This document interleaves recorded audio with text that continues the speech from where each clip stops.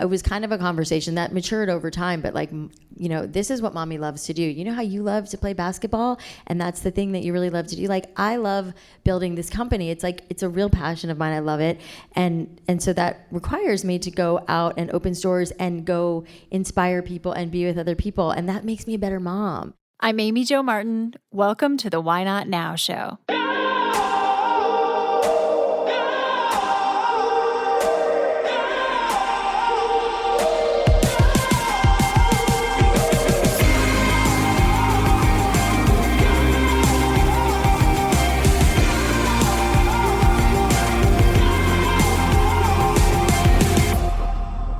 You know that thing you've been thinking about doing? Yeah, that one. Why not now? Have you ever actually taken the time to ask yourself, what's stopping me? Let's talk it through. This is your chance to give that idea the attention it deserves and take action. Each episode, I have a chat with a fascinating person, from entrepreneurs to athletes, celebrities, my parents, rocket scientists, and all walks of life. We talk through a critical time when they've asked themselves, why not now? We dissect that day or even that moment, step by step.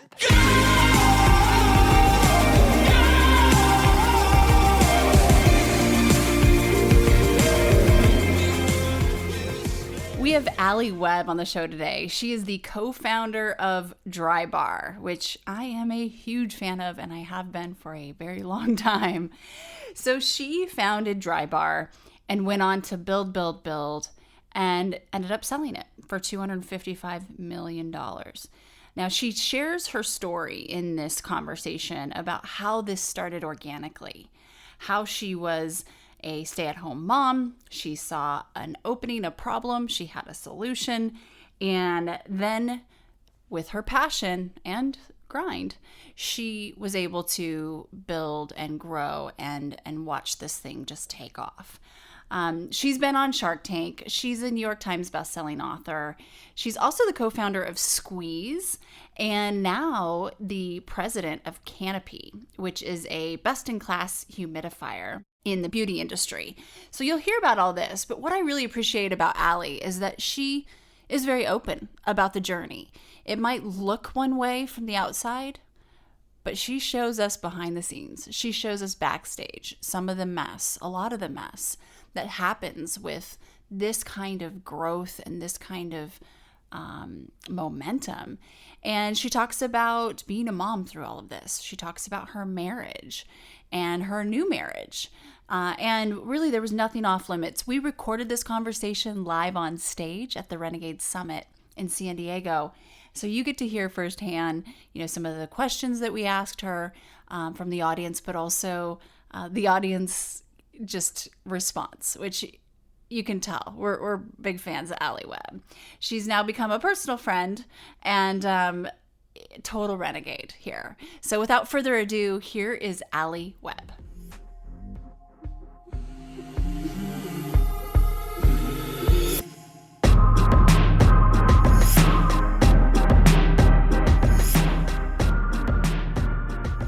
Has anybody been to Drybar in this room? Okay, good. Just checking. Holy smokes. Yes, we have. Okay, so in the spirit of why not now, let's just kick off the way we typically do. Can you tell us about a time when you had a big decision to make and you had to ask yourself, why not now? And we'll dissect that season, day, minute, hour. What do you got? I mean, it's like, it's happened so many times. Every day. And I think that like to take it back to the Drybar era, I was a stay-at-home mom. I had, when I thought I wanted to be a stay-at-home mom, which is so funny now that I really I could not wait to have children. And I was a mom and I found myself at the park every single day with my kids. And when my now ex-husband, there's a whole other story here. But when my ex-husband would come home and I would just be chatting his ear off because I was, talking to little children all day. And so I missed using my brain in that way, being, building something and growing something. I didn't know that really. And it was, it was such an interesting time. And I was like, I really feel like I need to go and do something. I need to work again. I'd been working since I was like 15, and my parents were entrepreneurs, so I worked in their business, and to not be working was just so foreign. And I was like trying to figure out what I could do at this like new mom pace. And so I decided to start a mobile blow dry business. And at that point I had done hair professionally for years, so I knew I could do it no problem. And I started this business called Straight at Home, which was like me running around LA, blow drying all my mommy friends. And, and it was like, easy and perfect. And I was like charging $40, like $220, easy. Like, I'm a pretty like simple girl. And I was like, this will work. I didn't have any idea the scale in which it would work, and that it would ultimately lead to Drybar. But and to answer your question of why not now, it's like we were, I think sometimes ignorance is bliss. And in 2008, 2009, we were heading into a recession, ironically, and I was like, I really wanted to turn my mobile business into a brick and mortar because I was seeing so much opportunity in this space. But it would have seemed like a bad time to open a business. And I had, when we were building the first shop in Brentwood in LA, and I would go to the store every day to watch, the progress, and people would walk by and be like, oh, what are you opening here? And I'd be like, a blow dry bar. And they would look at me like I had 10 heads, like, what's a blow dry bar? And I'm like, well, we just do blowouts and whatever. And they're like, every business that's been here has failed. I'm like, awesome. Thanks for that. Yeah, I mean, but it was that like, how are you opening a business like this in the middle of a recession that's so, unknown? And it was completely unknown. We didn't know if it was going to work.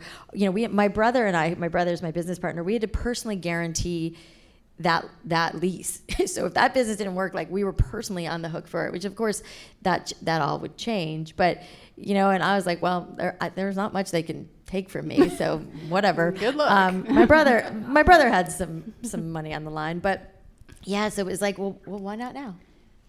So I love how organic your path has been to starting and then continuing on. And one of the things about Drybar, which we've all been there, but it's the triple threat, right? You get to relax because someone's doing your hair. You can get some work done if you want. Hello. And then you're good to go for 5 to 10 days. 10, maybe 6, right? It varies. Yeah. And how efficient is that? Talk about ROI of your time, right? We are all very busy, so brilliant. But this was such an organic process, and now we have entrepreneurs and this romanticism around startups where people are thinking about scaling before they even have a business concept. It's like, how do I scale? How do I scale? It's like, well, what are you building? I don't know. But that has flipped, and it bugs me when I hear it's like, you. hold up, let's just get something. Let's get a proof of concept here first. How do you feel about that? Oh my God, proof of concept. If my brother was sitting here right now, he'd be laughing because that was the phrase I heard for like 3 years from my brother. Well, we've got to prove the concept. I'm like, what are you talking about? We've proved the concept because we were so successful in LA in this, what felt like a bit of a bubble in LA. And I was like, we've proved the concept. Women love this. Women are going to love this everywhere, Michael, is what I would tell him. And he was like, I don't know. Skeptical, bald business partner, Oh my goodness. It's my favorite joke. So, and it was really interesting. And I do now, kidding aside, understand that because, we went from like LA, Orange County. But I'll tell you guys too, Brentwood was like, lightning in a bottle, and we hit it, and it was busy, and it was crazy, and it was amazing. And then within 6 months, right away, we were already like, we were too busy to handle all the demand. I didn't have enough hairstylists. It was like a total shit show in the beginning, and we like had to like catch our breath and figure it out. Was it Daily Candy that wrote about you? And all of a sudden, yes. Yeah, I mean, do you guys remember Daily Candy? Like R.I.P. Daily Candy. I love Daily Candy. Oh yeah. Because Daily Candy was like broke all the cool things. So and we worked really hard to get into Daily Candy. Which, the hustle, it's like at every level. And Daily Candy wrote that piece, and like clockwork, that piece ran. And this was back when we still had Blackberries. Remember that too? Oh yeah. And then my brother and I were sitting at lunch talking about the business, and all of a sudden our Blackberries started like buzzing, and we were like, what's going on? We were getting all these email notifications of people who had booked blowouts. think And it was a we mistake? thought it was a mistake. We're like, oh my God, call Malfunctioning. the, spa booker. It's malfunctioning, but it wasn't. And people were booking blowouts. Yeah. But yeah, so, once we opened that first store and it was on fire and it was amazing.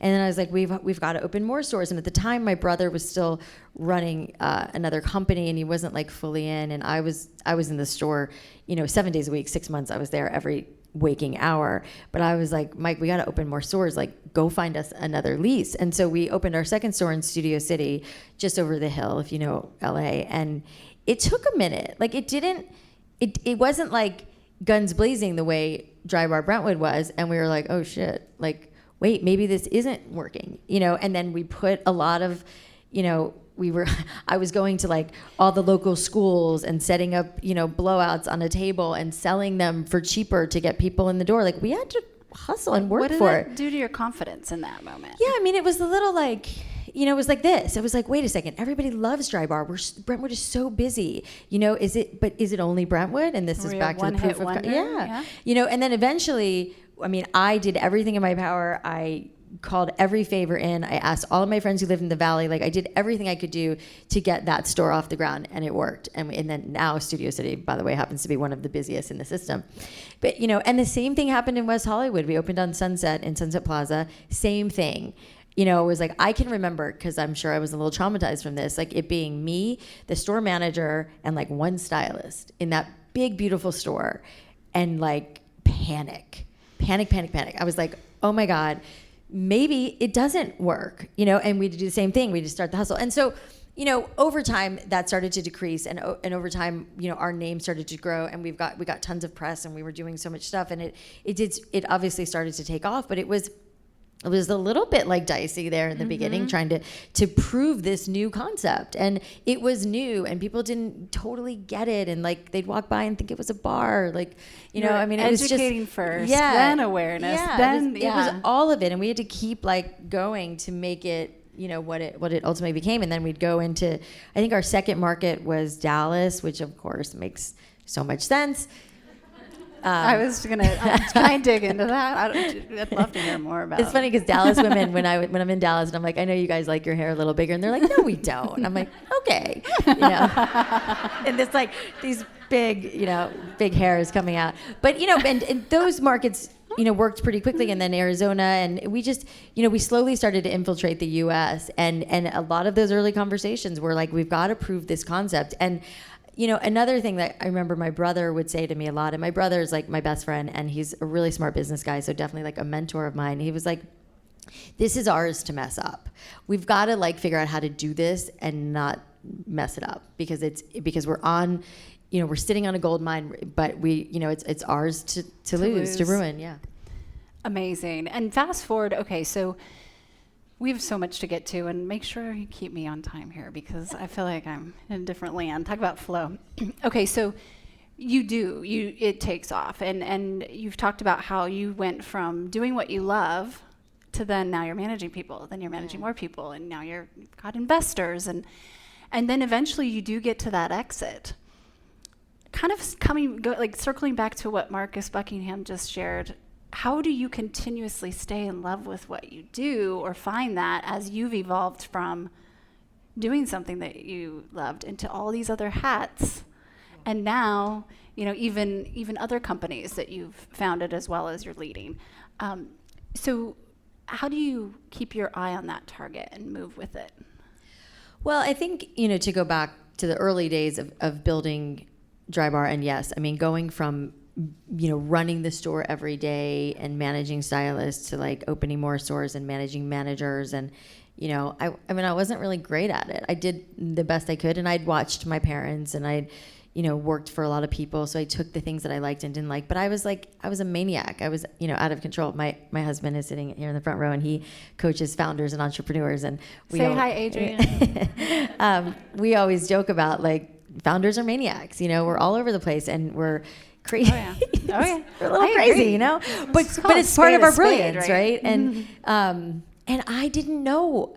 I also felt this immense pressure. Like, I was I was the face of the brand. I was at the helm of this company. Like, I had to have all the answers. I didn't know how to do everything, and And that was the pressure I put on myself, rightfully so, because everybody was coming to me for answers and guidance. And my brother, shared a lot of that too. But I definitely put this pressure on myself. And what I would learn much later in this whole journey of building Drybar is that like I could ask for help and I could get other people to help me. And it was really my brother who, even in the early days, was, I remember one of our first big hires, we hired this woman who had run Pinkberry and like Taco Bell, and so really had experience in scaling.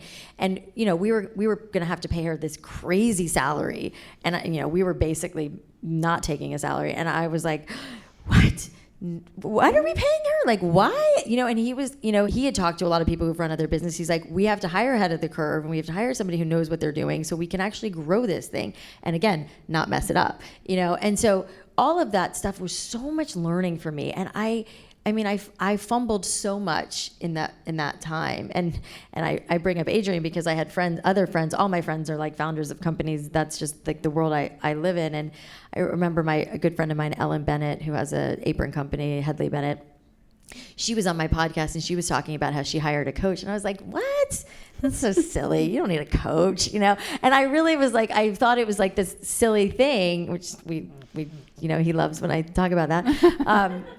But I learned how important it is to have somebody who's like kind of keeping you honest, someone who's like you're talking to about these work things that are coming up and how you're dealing with yourself and how you're dealing with other people. I was kind of avoidant of a lot of those tough conversations because I didn't really know how to have them or what to do. And so so much learning happened in that time for me. And looking back, I feel like I would have, now I would do it so much differently and probably better. But, not that I live in regret, because I don't. Like, I'm totally cool and happy with how it all happened. It's just I've learned so much, and I've totally gotten away from the question that you asked me. No, that's okay. We're good. There are no rules. So I have been a customer of Drybar for, you said early day, like Phoenix Market. I was there. And so when you said yes to joining us today, and I start researching more and have been a fan from afar and have a great deal of respect for what you've built and what you've done, but I didn't know too much about you personally. So I'm going on a run and I'm like looking through all the podcasts that you've been on and your own, and I'm like, okay, which one am I going to start with? And of course I did the How I Built This with Guy Raz, yeah. Which was 2016, 17, right? Which I got the nuts and bolts and I got the business. Okay, cool. And then I see, here's this one. And you start talking about your personal life more, which you've been very open about. Thank you for being real and also being willing to go there, because we do see so many women, not so many, we see certain women who have reached a level of success that you have, which is pretty rare, that there's a picture there, but it's not the full story. Yeah. And so you've shared the full story. Can you talk a little bit about, I like to call it psychological safety instead of vulnerability, but we can call it whatever we want, your decision to open up and share the valleys? Because you captured me and I went on a long run during these podcasts because you're so real.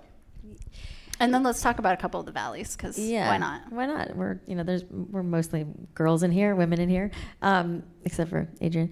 Dan. Hi, Dan. It happened pretty organically. I think because I had been on this very focused. I had dealt with a lot of burnout because I was, totally working my ass off, and it was great and exciting and exhilarating. But, I was married. I got married when I was 27, and my ex-husband is the creative genius behind Drybar and Squeeze and all these, and he's so talented and he's an amazing man. But we were like best friends, and then we had kids a year after we were married, and then we had Drybar, and so our lives were just crazy.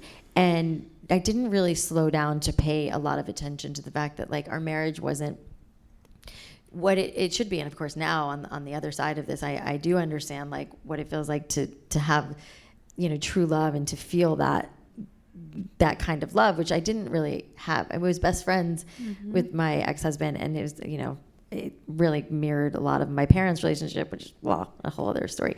But we do have therapists in the audience if you want. I only realized that like a year ago too, by the way. But you know, I think initially why I started to talk about it publicly was because we were in the business together, and people knew that, and I think I felt more of a like responsibility to all the people that were within the Drybar organization. You know, I mean, we had, I mean, gosh, 4,000 stylists. I mean, so many people working with us, and they all knew, you know, the founding story. It was like me and my brother and my husband, and now people were like, knew there were rumblings of us splitting up. And so what does that do to the business? And I think even like my brother and our then CEO, John, everybody was like, I think we kind of need to tell people what's going on, because it's like causing like people to talk about it and whatever. Was this pre-acquisition? Yeah. This was like, of course, 5 years ago. Mm-hmm. And so I think I felt like, okay, I think I need to like publicly acknowledge this, really more for my Drybar community than anything else. And so, I mean, I remember it like it was yesterday. Like I wrote like this long thing. I sent it to my ex-husband to approve and said, I'm going to just kind of put it out there and say, this is what's going on. You know, we're after 17 years, we've decided to separate. You know, what you say, we're putting our kids first, like the business is not going to suffer, and blah, blah. And I think that like, it was interesting, the response to that, which was like crazy. And people were like, you know, so kind and so supportive and so appreciative of it. And, you know, and I just felt like I wanted, at that point, I feel like I like this like level of transparency, and, you know, and I felt really just called, I guess, to put myself out there and to be, you know, more open. And the feedback I got was like, and which I would continue to get as I continued to be more transparent, was it was relatable to them. And so women would start, and I still to this day get so many, you know, messages from women. Sometimes they're like, I'm thinking about leaving my husband. Do you think I should? I'm like, I don't know. Like, you know, but there is this like, oh, you know, and it was funny. I was just talking to Sarah, who's out there. Hi, Sarah. And we were, you know, talking about, you know, now I just lost my train of thought that I went to find you. Thinking about leaving my husband. Should I? Well, it's just interesting how women reach out to me and, you know, for advice, or like, if you did it, I can do it, you know, and I feel like and I can't tell you how many messages I get from women who are like, I've, you know, listen to you. I recently did a podcast. I don't know if you guys listened to Lauren Bostic's Skinny Confidential. She had a great podcast, and I was on there. I listened to that one. Yeah, it's a great episode. She's great, and I'm good friends with her and her husband. So I, you know, it's like sometimes I'm talking and I forget that I'm like being recorded, and I'm just like, oh shit, I probably shouldn't say that, and like edit it, you know, because I get so comfortable and in a room, especially in a podcast, it's a very casual setting, good friend. And so I was talking a lot about like, you know, having a sexless marriage and blah, blah, blah, and, you know, got really kind of personal. And then all these women started reaching out to me like, I'm in this same boat as you, and your episode gave me the courage to like move on from a marriage that was really unhealthy, you know. And it's like that kind of stuff I've heard after I do anything public and talk about this kind of stuff. And so I think it feels like I'm inspiring people to do what they need to do. And so I think that is why, you know, when I think about, and I get asked that a lot, like, why are you vulnerable? Why? And some of my friends are like, do you really have to tell everybody everything? And I'm like, well, I'm just an open book, and it's just, you know, who I am and what I, again, feel called to do. And I also like other people being transparent with me. Like, I love when I'm talking to somebody and they tell me what's like really going on in their life versus the like, yeah, everything's great, you know, the bullshit small talk. I don't like it, and I don't like to give it, you know, to that. Yeah. So allergic. I think that's just like what I'm drawn to. Which is amazing. And it's, you know, I've got two areas I'd love to cover before we open up for Q&A. But we were last night, you know, all hanging out, and I probably had 4 or 5 discussions with different women, all very driven, high-powered, like putting points on the board. But it ended up about childcare, or ended up about being on the road. And you had your children and Drybar, right, in the same season, right? So personal question. So I'm gonna be that person that's like DMing do you it. like, hey, what should I do? So I get this email yesterday. I get a text message from Lincoln, who's my son. He's 3. He just went to Montessori school. It's Sent you a text message? No, his. I was like, wow. His guide. Yeah, he's good. Digital native, right? So he's in this little Montessori school, and there's 8 of the kids, right? It's in a house. It's a schoolhouse. And she said, hey, Lincoln keeps saying he misses his mommy, and he wants to cuddle, and he wants to take a nap early. And I'm like, okay, this is new. Well, then I get an email. Hey, he's been saying this more. And so this is the first time in my experience having, we all travel a lot, where it's fine if I miss him, but I don't want him to be, you know what I mean? I don't want that pain on him.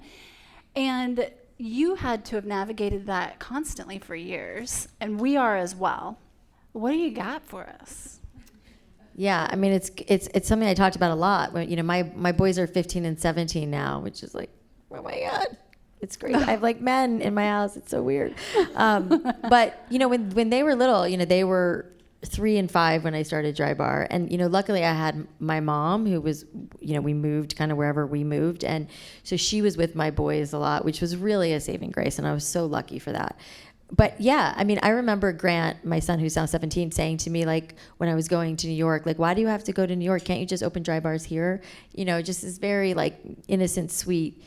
And I mean, obviously 3's a little young for this advice, but the feedback I always gave my sons, and like, listen, I believe objectively I have really like well-adjusted children, and they've been through a lot. They've been through divorce, one went through rehab. Like we've gone down the road. Check the boxes, yeah. Mm-hmm. But what I always told my kids, and what I always really felt was like, it was kind of a conversation that matured over time, but like, this is what mommy loves to do. You know how you love to play basketball, and that's the thing that you really love to do? Like, I love building this company. It's like, it's a real passion of mine. I love it.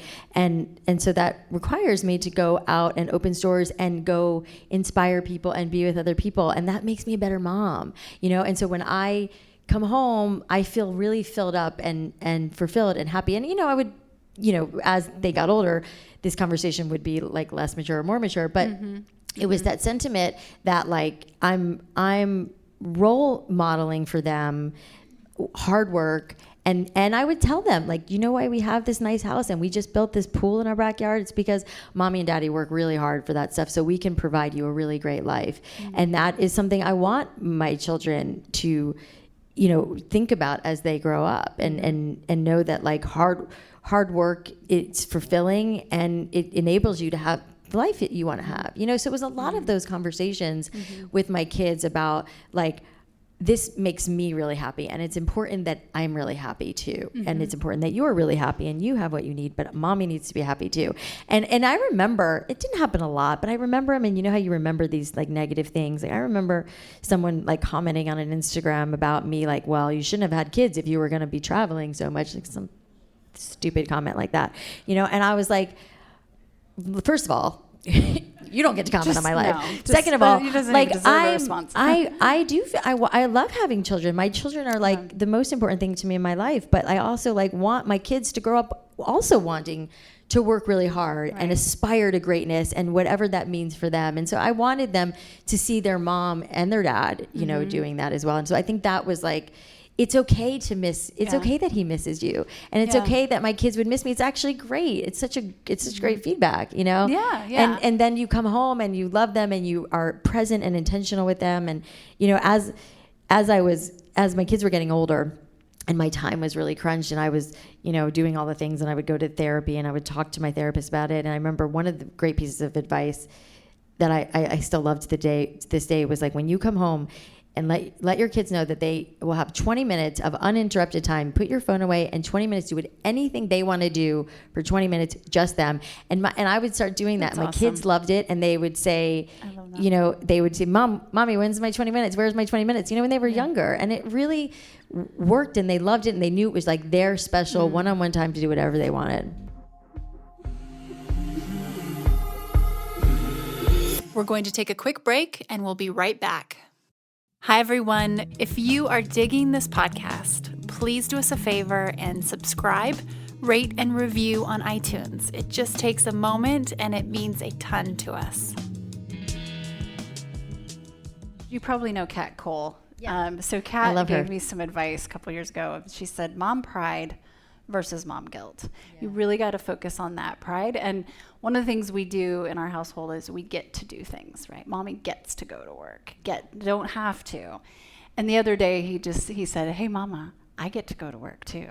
But I think seeing that hard work. And that is, I mean, I feel like Adrienne says that a lot. And, you know, we talk about that a lot in our house. Like, we have this privilege to go and serve other people and do other things. Mm-hmm. It's not like, I have to go to work. Like, we don't ever talk like that because I don't feel like that. Like, right. I love going to work. I love what I do. I love all the opportunities that come my way, and like that I get to be in rooms like this. And I want my kids, such a great point, to grow up with that, like, we get to do this and we love what we do, so it doesn't feel like work. Yeah, we were FaceTiming yesterday. He said, Mama, you're hanging out with your friends? And I was like, yes, I am. And they're going through the car wash the other day, and someone was helping dry, and Lincoln said to Richard, what's this person doing? And he said, that he's working really hard and drying the car. And he said, like mama? And I was like, I mean, that sentiment is for me too. I mean, even to this day, when my kids were young, I'd say, I'm so proud of you. And they always respond, I'm so proud of you, Mom. They witnessed your journey. Mm-hmm. Okay, let's talk money really quick, right? Okay. Love to talk money. Love money. Wealth. Love money. Let's be honest. You gotta love money. Has your relationship with money changed over the last several years? That's a good question. I mean, yes. Rightfully so. Yeah. I mean, I remember when I first had kids and we first moved to LA, and LA was we were living in New York City, and, but I wasn't before LA, and I wasn't working, and I was with the kids, and I really like to shop. And so, packages would be showing up every day, and my ex-husband would be really stressed about it and annoyed and frustrated, and was like, well, and I really didn't have a great sense of how much I was really spending. I knew I couldn't buy Chanel, but I could order some things from Old Navy and it'd just be a lot, I'm looking for Suzanne. She used to work at Old Navy corporate. Yeah, she's. Yeah. I mean, you can really load up, So, anyways, my ex-husband was like, okay, I think we should put you on a budgeting app, which was really brilliant. And so I was on this app that was I knew how much money I could spend every month, and every time I spend money, I'd put it, I'm sure there's better apps now, but I'd put it in the app, and it would say how much I had left over for the last month, and I kind of liked the game of it, know. Yeah, numbers. And so I was really responsible with that. And then even once we started Drybar and we started to have success, I still.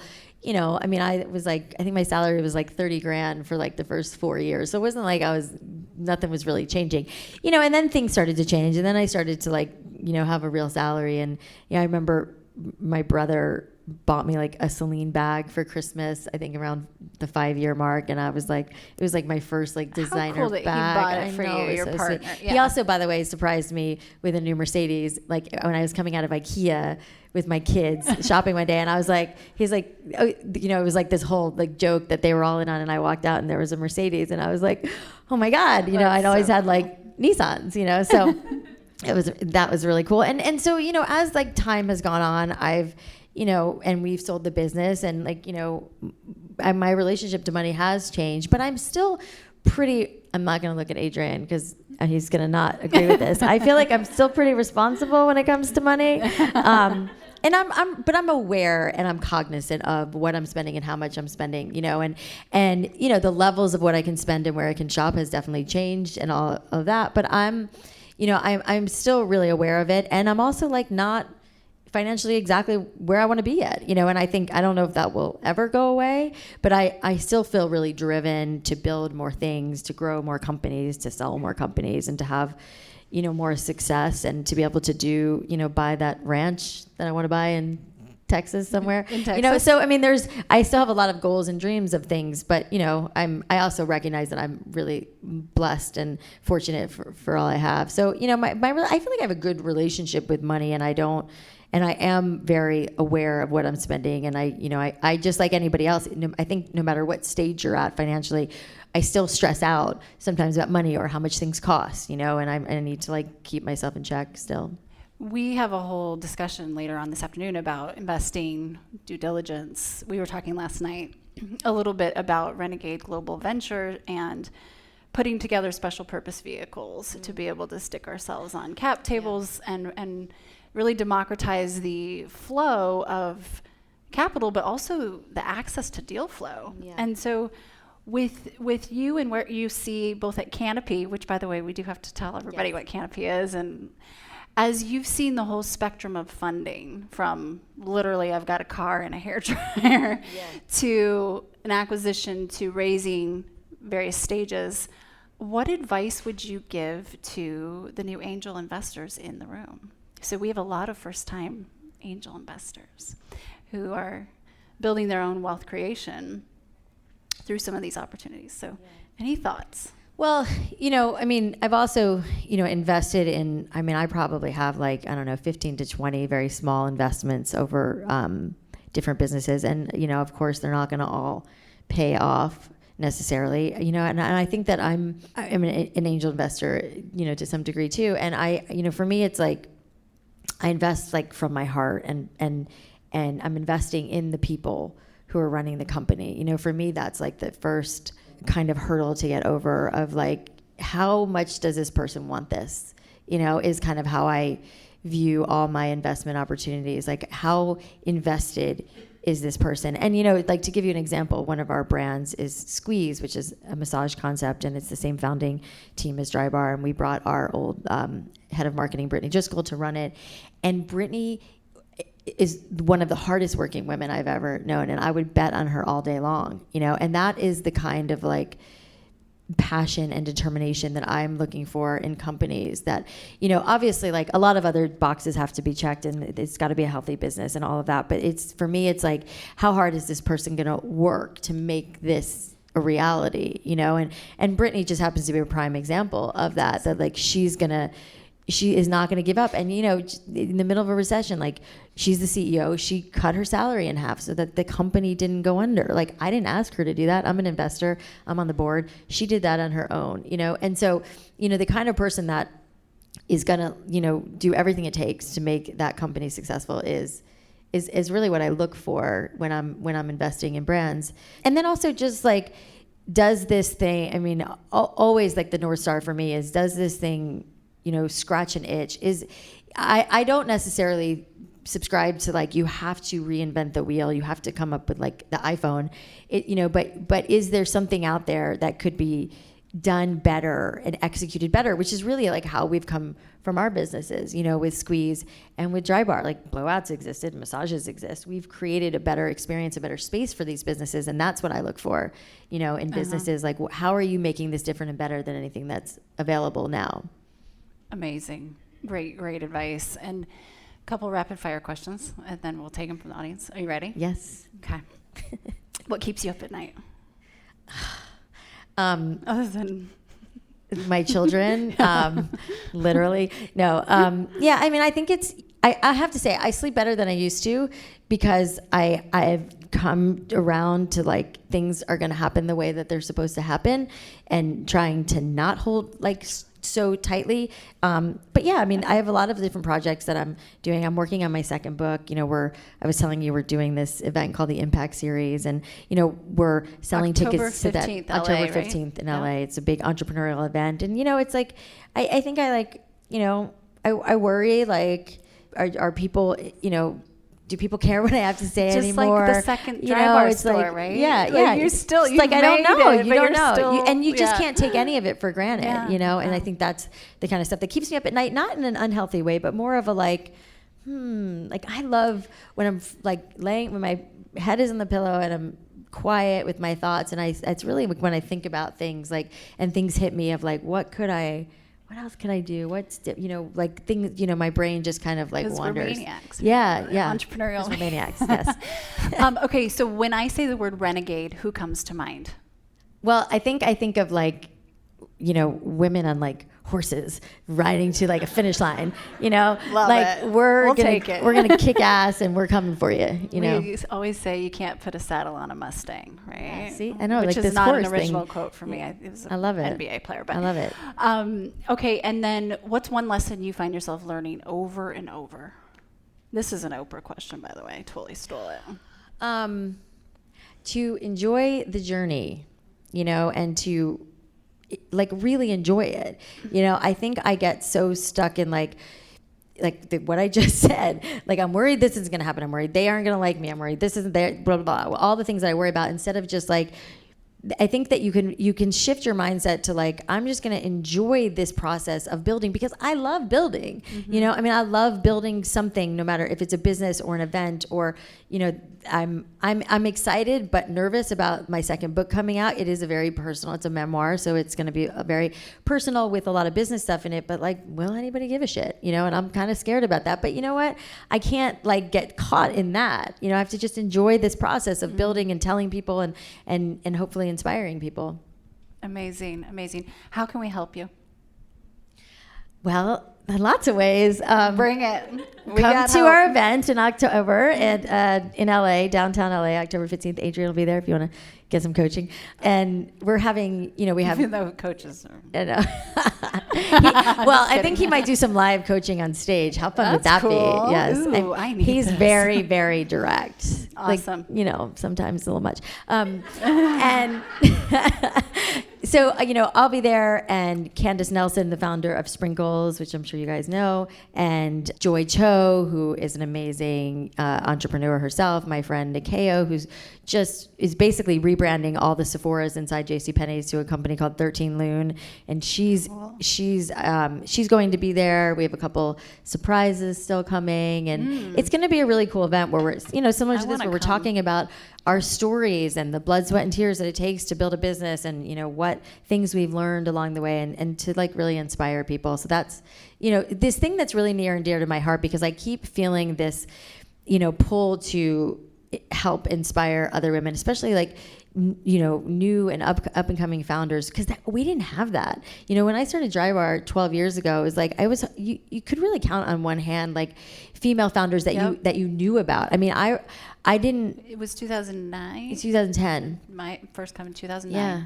Oh, And it there was like no one. there was no. I mean, there was like, I knew Wendy Zomner, who had started Urban Decay. You guys know that. I knew her because, and I didn't even know her till a couple years in, because we had the same private equity, you know. And it was just, there just wasn't a lot of women who were out there walking the walk, talking the talk, that you could get inspired from. And I really relish that role and really want to continue to be that. And, you know, and I get girls all the time from like high school, and I just did an interview yesterday with a girl at USC who's in the entrepreneurship program. Like, I'll talk to those people all day long because I want to inspire them and, you know, be hopeful to them. So that's kind of why this, you know, Impact series is near and dear to my heart. So it's all over my Instagram. If it's Alli Webb, if anybody wants to check it out. And so, yeah. Amazing. And a quick shout out to Sloan over here, who is my amazing agent. Renegade, yes, who represents Alli at William Morris Endeavor, and she's a part of the crew. So make sure you'll hear from her tonight.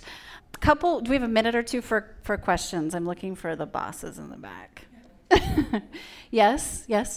Dan, you have a question? Good question, Alan. Nice to meet you. This is my daughter, Lily, by the way. Hi, Lily. She goes to college tomorrow. Amazing. And Congrats. Amy gave me the blessing to have her attend today, so this is amazing. She's going to be a future entrepreneur. She has it in her for sure. The one question I want to ask you about, when you go back to your childhood, think about your parents, how you were raised, how do you apply what you learned when you were young to what you do today? Oh, it's such a good question, because it's such an important part of my story. And my parents had their own business, and so you know, my brother and I worked in their stores. It was like little old lady clothing stores in South Florida, but my parents were really smart. They opened them in like the retirement communities, and my dad was like the mayor, and he would give all the men coffee and newspaper so their women would shop and spend more money. And you know, my brother and I grew up in these stores, and we watched a lot of the stuff that I'm talking about, like, you know, of being. I remember I used to tell my mom I wanted her to be a cookies and milk mom. I wanted her to be home after school when I got home and make me cookies and milk. I don't know where I got that from, but that was my thing.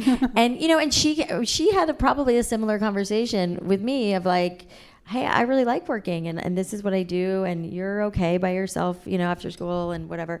And I grew up in that same entrepreneurial environment that my kids are growing up in. And I think it's and I've seen it, I'm sure you probably see it with your daughter. It's like you see your kids, my kids are like, they've already started businesses. They're trying to start businesses. They're really driven. And I like to believe a lot of that comes from, watching us work really hard and have a really, great work ethic. And also this I think there's like this generation of like, if you pay me more, I'll work harder, not like work harder and then I'll pay you more mentality, which really drives me crazy because I was taught from my parents, like you be the person that shows everybody else up. You work as hard. You do every job. You be the person that they will not get rid of, and that's just how I grew up in that mentality. And I want my kids to grow up at that same, like, I'm going to be the hardest person working in the room, So I think my childhood, and I didn't know it, of course, growing up. I'm sure I complained. I know I complained a lot about working,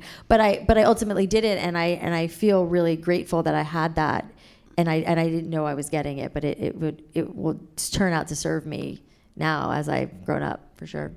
Such a good question. Where are you going to college, Alli? Amazing. UCSB. And by the way, Dan Cobby, if for those of you who don't know him, he's introduced us to so many renegades. Sherry, I don't know where you are, but I'm sure you're in here back there. And has been an incredible mentor and supporter of women, getting women seats on cap tables. I know a lot of you are investors in Circle AI. The reason I'm on the board and why I originally invested is because I was invited in by Dan. So he is... this is a conversation that I get frustrated about, but there have been so many situations where, like your brother even, like taught you so much. And this isn't a women versus men community whatsoever. We are a huge bridge. It just doesn't work that way. So I just want to thank Dan, and also that's a perfect example of how we really do. However your elevator comes, get in, go up, and send it back down, right? It doesn't matter who sends it to you, who they are, get in. Yeah, because that's how we scale elevation, right? I totally agree, and and it's like, oh, I want to talk to Dan too, because you should. Oh, because I'm sure he wants to talk. And I'm an investor in his company too, by the way. Best investor ever. Yeah, oh, Court amazing. Avenue. What is it? It's called Court Avenue. He's got quite the story. He's had a couple of amazing exits under his belt too. You guys could talk. Yeah, I'd love it. But I mean, I was just talking earlier about being an opportunist, which I think has like a negative connotation, that word. But I feel like, I'm like, oh, I want to talk to Dan. What can Dan do for me? Yeah, and what can I do? Who knows? But versus why is Dan here? Yeah, I mean, and what can I do? I'm obviously wanting to give back, but I also want to like grow and learn. And about 2 years ago, I decided that I wanted to maybe consider joining some boards, and so I reached out to honestly, it was a lot of men I knew at that time who were in like the private equity and who were on our board of Drybar, and was like, hey, I kind of want to do this. How do I do this? Yeah, how does well, you just got to start telling people that you want to join some boards, and like sure enough, I'm on like 4 boards now. Exactly. It's just you just put yourself out there and talk to people and take every opportunity you can. It's really powerful. I'm sure you guys all know this, but I'm just saying. And you're sitting here today because of another gentleman, Brad Slater, who will be here on the stage tomorrow, who introduced me to Sloan indirectly, and we DM'd too. And they work together. It's all full circle. Yeah, it really 100%, is. Yeah. Other questions? Yeah, I have a question because I recently listened to a podcast this morning that you're involved with a company called Canopy. Yes. Oh, yes. Canopy. Interested in like why you decided to go work for an already existing company. I know we bookmarked that and we never circled We never back. came back. Thank you for bringing Sarah, that up. for You're bringing the best. that up. Well, Worst interviewer ever. not at all.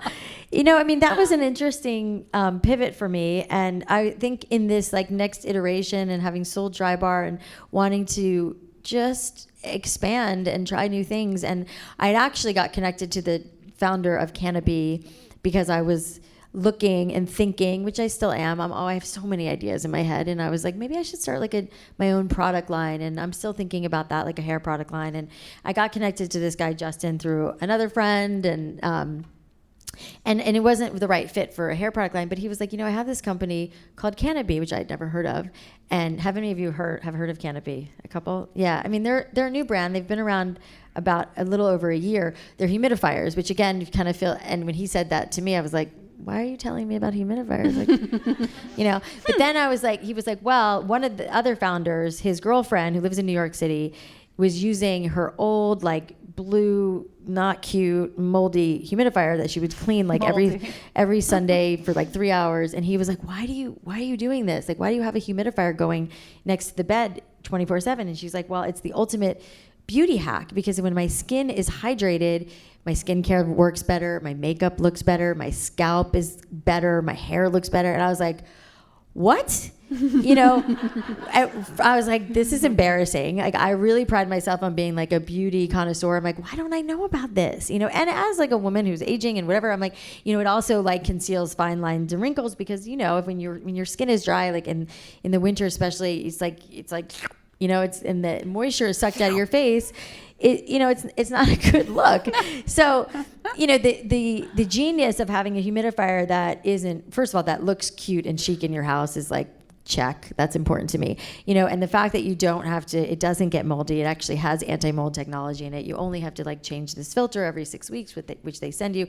It's also a subscription model, which is just such a great business. I was like, I tried to figure that out for a long time at Drybar. You had me for a while, the membership. Yeah, but I mean the products, to get products on subscription. I mean, you basically, when you buy a Canopy, you can get it for a lower price if you become a subscriber, and then they send you every 6 weeks. Some of you are shaking your heads like, every 6 weeks they send you the aromas, which are also amazing, and the new filter. And I was like, this is a genius business, and they had done like 10 million in the first year, and I was like, what? Like, no one, I'd not heard of it. No one, and whatever. And so they sent it to me, and we have like 6 in our house now. And I started using it, and I was like, and then it really didn't hit me until the first time I traveled.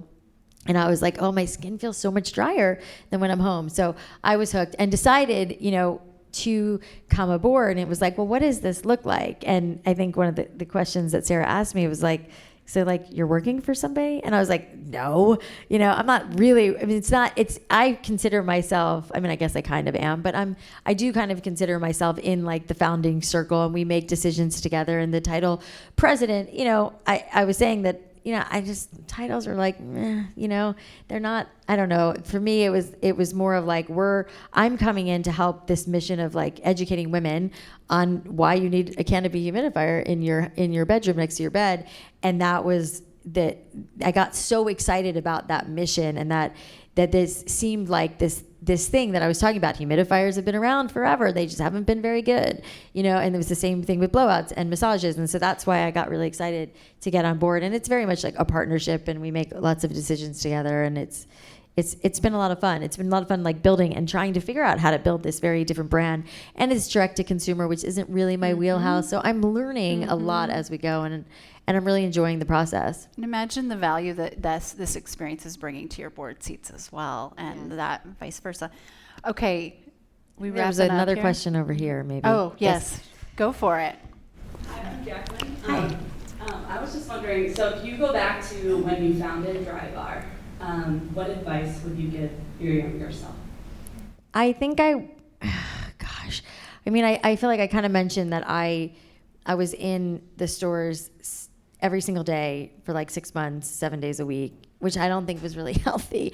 I think it took me a long time to trust other people and to feel like I could not be in the stores. And we had like cameras in the stores, and when I wasn't there, for the 1 hour I wasn't there, that I would watch them, and I was crazy. And I don't think I needed to be that level of crazy. I think it would have served the company and me better if I had came into this with not having, I come back to like this tight grip, because, I think it's understandable, because when you're starting your own thing and you're so precious about it, and you don't want anybody else to mess it up, and you're so worried. But if I had to look back and tell my younger self, like, it's all really going to be okay, and like, you don't have to be this stressed out about it. And I think that one of the great lessons I learned was, when I did start to let people have more responsibility and gave over the reins to people, I really didn't want them to make a mistake. And I was like, watching you, but then I realized, and I realized like they need to make their own mistakes, and it's okay. Cause I think I had this like ridiculous notion that if they made a mistake and if like an email went out wrong or something was said not the way I wanted it to, like the whole thing was going to blow up and we were all going to have to go home and that was it. I just was I really remember thinking that way, that like the littlest thing was going to blow the whole thing up. And I now realize that that's just not how it is, and it's okay for mistakes to be made, and it's okay to be transparent, about those mistakes and things that we mess up on. And I think that lesson that took me a long time to learn, it would have better served me if I had learned it sooner. Okay. I know we need to get you out of here. You've got a schedule. Bunch of football players coming to my house tonight. Yeah. There you go. There you go. Thank you for the important work you're doing, for being here, sharing your time and wisdom, and just Thanks for having me. Yeah, a guide. Thank you. Thank you, guys.